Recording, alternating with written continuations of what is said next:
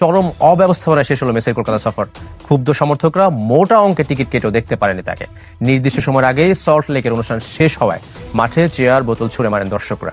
এরপর মাঠে ঢুকে পড়েছিলেন কয়েক হাজার মানুষ, যাদের সামাল দিতে কাঁদানো গ্যাস ব্যবহার করতে হয়েছে নিরাপত্তা বাহিনীকে।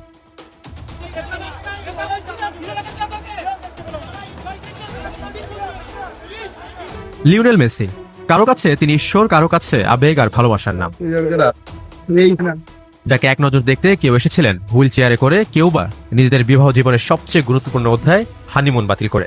সল্ট লেকের বাইরের ছবি এমনই ছিল। গেল শুক্রবার আমাদের বিয়ে হয়েছে। আমরা হানিমুন বাদ দিয়ে ভিআইপি টিকিট কিনেছি মেসিকে দেখার জন্য।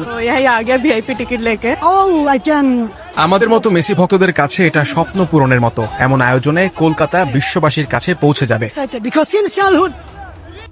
তবে দিন শেষে তার স্বপ্ন পূরণ হয়েছিল কিনা তা নিয়ে আছে শঙ্কা। কলকাতায় মেসির উপস্থিতি ছিল 12 ঘন্টারও কম সময়, তাই রাতে আসলেও সকাল থেকেই ব্যস্ততা শুরু আর্জেন্টাইন তারকার। হোটেল থেকে ভার্চুয়ালি নিজের মুরাল উদ্বোধন করেন লিওনেল মেসি। 70 ফুট দীর্ঘ এই মূর্তি ইতোমধ্যে আলোড়ন তুলেছে বিশ্বজুড়ে। এ সময় উপস্থিত ছিলেন বলিউড সুপারস্টার শাহরুখ খান ও তার ছেলে আব্রাহাম। সফরে মেসির সঙ্গী হয়েছেন লুইস সুয়ারেস ও রদ্রিগো দি পল। বৌদিকেও দেখতে পাচ্ছি। এরপর সল্ট লেকের যুব ভারত স্টেডিয়ামে মেসির উপস্থিতি, যাকে দেখতে গ্যালারিতে তখন হাজার হাজার দর্শক। তবে বিপত্তি বাধে, যাকে দেখতে এত আয়োজন তাকেই দেখা যাচ্ছিল না গ্যালারি থেকে। মেসিকে ঘিরে ছিলেন অন্তত 70 থেকে 80 জন।